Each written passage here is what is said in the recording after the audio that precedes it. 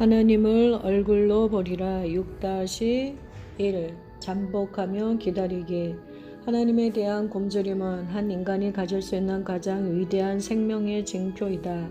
그것은 더 위대한 운명과 개인의 성취가 존재한다는 것을 마음에 깨닫게 해준다. 어떤 사람들은 하나님의 임재가 그들과 함께한다는 것에 대해서 신학적인 개념을 갖고 있지만 진정한 대화나 경험은 전혀 없는 상태에 머물러 있다. 우리 자신을 바꾸고 변화시킬 진정한 만남을 갈구하려면 지적 차원의 이해를 뛰어넘어야 한다. 갈구하는 자체가 무언가 더 있다는 증거이며 하나님을 찾고자 하는 이 열망이 우리에게 있다는 사실에서 우리는 이러한 만남을 더 추구하는 용기를 가져야 한다. 존재하지 않는 것에 대해 굶주림을 느끼기란 거의 불가능하다. 단 음식이 먹고 싶어지는 것은 그것이 존재하기 때문이다. 마찬가지로 내 마음이 하나님을 갈망하는 것은 내가 하나님 안에서만 완전한 성취를 발견할 수 있도록 창조되었기 때문이다. 내가 하나님을 더 많이 알면 알수록 나는 하나님이 내 안에 심어두신 그 갈망을 신실하게 충족시켜 주리라고 더욱 확신하게 된다. 예수님은 죽음 직전에 제자들에게 가장 중요한 약속을 하셨다. 나를 사랑하는 사람이 나도 그를 사랑하여 그 사람에게 나 자신을 나타내리라. 예수님은 제자들에게 그들이 예수님을 다시 보리라고 약속하셨다. 이 약속은 제자들이 천국에서 예수님을 본다는 약속은 아니다. 왜냐하면 그 약속은 이미 주어졌기 때문이다. 이 약속은 또한 이 제자들에게만 주어진 것이 아니다. 이 약속은 사실 예수님을 사랑하는 모든 사람들에게 주어졌다. 이 약속은 모든 세대의 신자들에게 해당하는 말로서 예수님이 우리에게 자신을 확연히 드러낼 것이며 우리는 분명 그 예수님을 계속해서 보게 될 것이라는 의미의 다름 아니다. 우리는 성령의 능력을 받아야 할 뿐 아니라 또한 예수님을 계속해서 보아야 한다. 그것이 양쪽 세계 모두에서 최고로 좋은 것이 되어야 한다.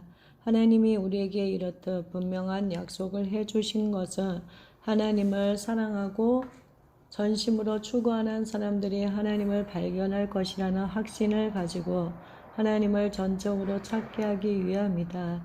중심을 보시는 하나님. 하나님은 당신을 사랑하는 사람들에게 자신을 계시하신다. 하나님을 사랑하는 사람들이라 어떤 종류의 사람들인가? 만약 성경의 인물들 중에서 하나님을 사랑하는 것으로 보이는 사람들의 명단을 만든다면 아마도 다윗이 그 명단의 맨 위를 차지할 것이다. 하나님에 대한 다윗의 사랑이 그를 어디로 인도했는지 보면 놀라울 따름이다. 하나님께서 선지자 사무엘을 사울 왕의 대체자로 선택하신 인물에게 보내시면서 하나님은 사람의 외모가 아니라 중심을 보신다고 설명하셨다. 타고난 재능으로는 모든 면에서 다윗보다 더 탁월한 자격을 갖춘 형들을 제치고 다윗이 선택되었던 것은 바로 이러한 관점 때문이었다. 그러나 하나님이 다윗에게 끌렸던 것은 다름 아닌 하나님을 향한 그의 열망이었다. 그래서 다윗이 왕으로 택정되었다. 하나님은 모든 세상 사람들에게 동시에 나누지 않은 관심을 기울이실 수 있다는 점에서 동시다발적으로 많은 일을 하실 수 있는 분이시지만 하나님이 가장 강하게 끌리는 사람들은 깨끗한 마음으로 하나님을 찾는 사람들이다. 하나님을 향한 다윗의 열정은 아버지의 양들을 돌보던 산등성에서 가장 먼저 드러났다. 하루 종 아무도 보지 않는 조용한 때에 우리 마음의 진정한 소원이 드러날 수 있다. 다윗도 마찬가지였다. 다윗은 재능 있는 음악가로서 하나님을 찬양하는 노래를 불렀다.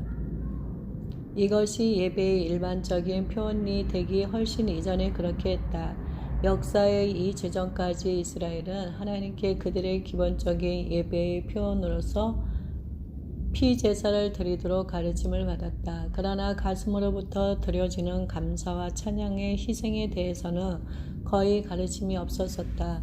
하나님을 추구하던 다윗은 이것이 중요하다는 것을 발견했다.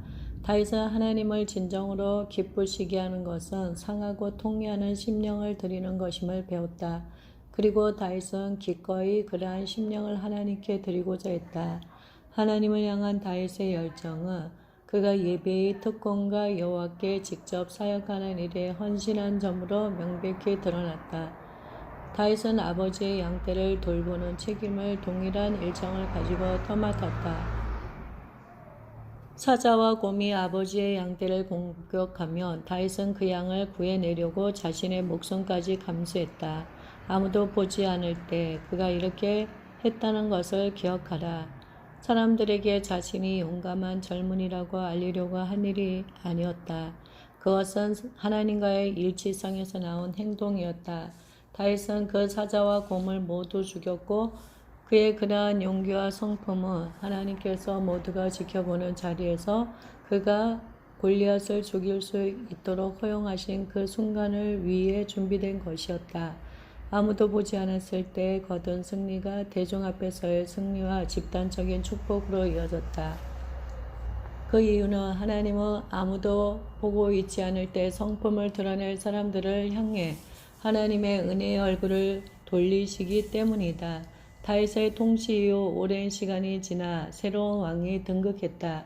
엘리사 선지자는 그 왕에게 땅을 화살로 내리치라고 명령했다. 왕은 그의 명령을 따랐고 땅을 세 차례 쳤다. 선지자는 그 왕이 받은 과제를 대충 처리했기에 화가 났고 만약 그가 땅을 대여섯 차례를 쳤다면 적을 멸할 수 있었을 것이라고 선언했다.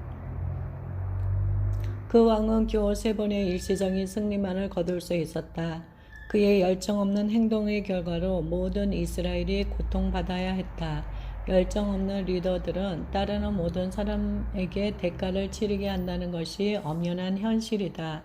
다윗은 그렇지 않았다. 다윗은 하나님과 인생에 대한 굉장한 열정의 사람으로 하나님께 사랑을 받았다. 수고는 끝났다. 하나님을 향한 다윗의 위대한 사랑은 하나님을 찾을 자가 하나님을 발견한다는 진리를 깨닫게 해주었다. 시편에서 나오는 위대한 명령은 다윗 왕의 인생의 비밀 중 하나를 알려준다. 여호와 앞에 잠잠하고 참아 기다리라. 본문에 사용된 잠잠하고라는 단어는 맥락에 따라 두 가지 중 하나를 의미한다. 하나는 잠잠하다이다. 이 의미는 영어에서 사용되는 단어의 용법과 일치한다. 그러나 또 다른 정의는 다소 흥미로운 것으로 한가로이 걷다는 의미를 지닌다.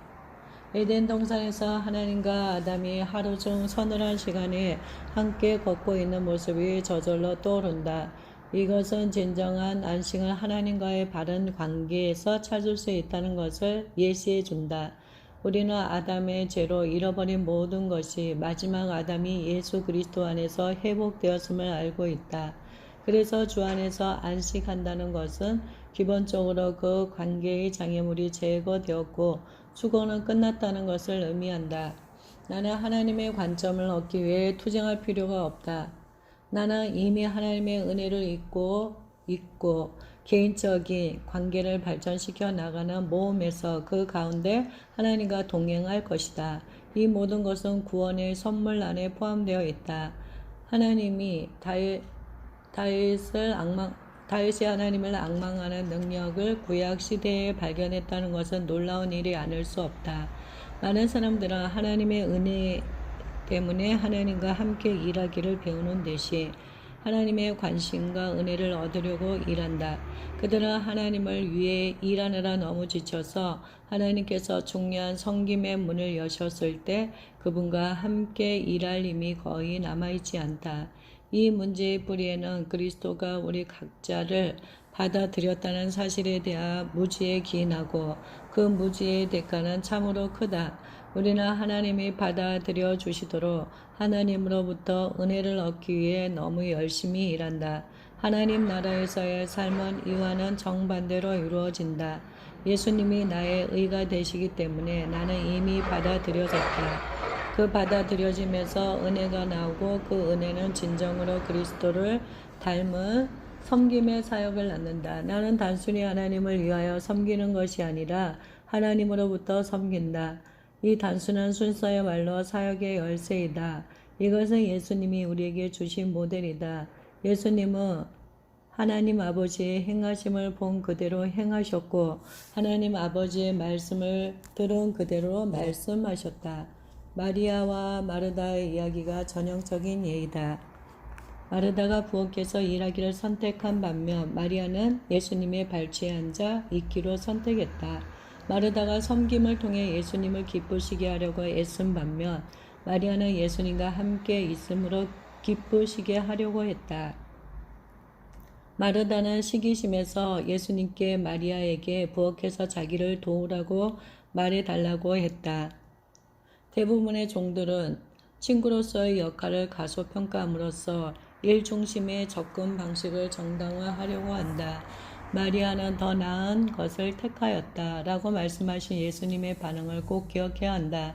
마르다는 예수님이 결코 청하지 않았던 식사를 준비하고 있었다. 하나님을 위해 더 많이 일하는 것은 은혜를 더 받을까 해서 하나님의 관심을 얻으려고 종들이 사용하는 방법이다. 친구의 초점은 이와는 완전히 다르다. 그들은 자신들이 가진 은혜를 누리며 주인과 함께 시간을 보내는데 그 은혜를 사용한다. 마리아도 마르다도 우리에게 모두 필요하다고 말하는 것은 요즘에서 완전히 빗나간다. 그것은 전혀 사실이 아니다. 아마도 우리 중에 마르다 같은 사람이 아무도 없다면 아무 일도 되지 않을 것이라고 사람들이 말하는 것을 들어본 적이 있을 것이다. 그것 역시 거짓말이다.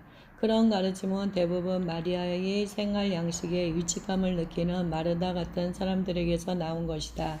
마리아는 일하지 않는 사람이 아니었다. 오히려 마리아는 하나님 아버지가 하시는 것만을 보고 그대로 행한 자신의 주인을 닮아가기 시작하고 있었다. 예수님이 말씀하고 계셨기에 마리아는 주의를 산만케 하는 모든 다른 것들을 제쳐두고 그 말씀을 듣고자 앉아 있었던 것이다.